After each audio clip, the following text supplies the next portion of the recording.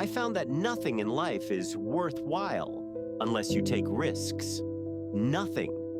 Nelson Mandela said, "There is no passion to be found playing small and settling for a life that's less than the one you're capable of living." Now, I'm sure in your experiences in school and applying to college and picking your major and deciding what you want to do with life, I'm sure people have told you to make sure you have something to fall back on. Make sure you got something to fall back on, honey. But I never understood that concept, having something to fall back on. If I'm going to fall, I don't want to fall back on anything. I want to fall forward. I figure at least this way I'll see what I'm going to hit. Without consistency, you'll never finish. So do what you feel passionate about. Take chances. Don't be afraid to fail. There's an old IQ test was 9 dots, and you had to draw 5 lines with a pencil within these 9 dots without lifting the pencil. The only way to do it was to go outside the box. Don't be afraid to think outside the box. Don't be afraid to fail big, to dream big. But remember, dreams without goals are just dreams. Reggie Jackson struck out 2,600 times in his career, the most in the history of baseball. But you don't hear about the strikeouts. People remember the home runs, fall forward.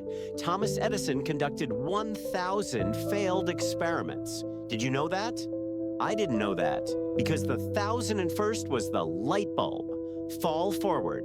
Every failed experiment is one step closer to success. You've got to take risks, and I'm sure you've probably heard that before, but I want to talk to you about why that's so important. You will fail at some point in your life. Accept it. You will lose. You will embarrass yourself. You will suck at something. There's no doubt about it. And I know that's probably not a traditional message for a graduation ceremony, but hey, I'm telling you, embrace it because it's inevitable. In the acting business, you fail all the time. Early on in my career, I auditioned for a part in a Broadway musical. Perfect role for me, I thought, except for the fact that I can't sing. I didn't get the job. But here's the thing. I didn't quit. I didn't fall back. I walked out of there to prepare for the next audition and the next audition and the next audition. I prayed and I prayed. But I continued to fail and fail and fail. But it didn't matter because you know what? There's an old saying, you hang around the barbershop long enough, sooner or later, you're going to get a haircut. So you will catch a break. And I did catch a break. Last year, I did a play called Fences on Broadway. But here's the kicker. It was at the Court Theater. It was at the same theater that I failed that first audition 30 years prior. The point is, every graduate here today has the training and the talent to succeed. But do you have the guts to fail? If you don't fail, you're not even trying. I'll say it again. If you don't fail, you're not even trying. To get something you never had, you have to do something you never did. So imagine you're on your deathbed, and standing around your deathbed are the ghosts representing your unfulfilled potential, the ghost of the ideas you never acted on, the ghost of the talents you didn't use. And they're standing around your bed angry, disappointed and upset. They say, we came to you because you could have brought us to life, they say. And now we have to go to the grave together. So I ask you today, how many ghosts are going to be around your bed when your time comes? I just got back from South Africa. It's a beautiful country, but there are places there with terrible poverty that need help. And Africa is just the tip of the iceberg. The Middle East needs your help. Japan needs your help. Alabama needs your help. Tennessee needs your help. Louisiana needs your help. Philadelphia needs your help. The world needs a lot, and we need it from you. We really do. We need it from you young people. I mean, I'm not speaking for the rest of us up here, but I know I'm getting a little grayer. We need it from you, the young people, because remember this, you gotta get out there. You gotta give it everything you got, whether it's your time, your talent, your prayers, or your treasures. What are you going to do with what you have? I'm not talking about how much you have. Some of you are business majors. Some of you are theologians, nurses, sociologists. Some of you have money. Some of you have patience. Some of you have kindness. Some of you have love. Some of you have the gift of long suffering.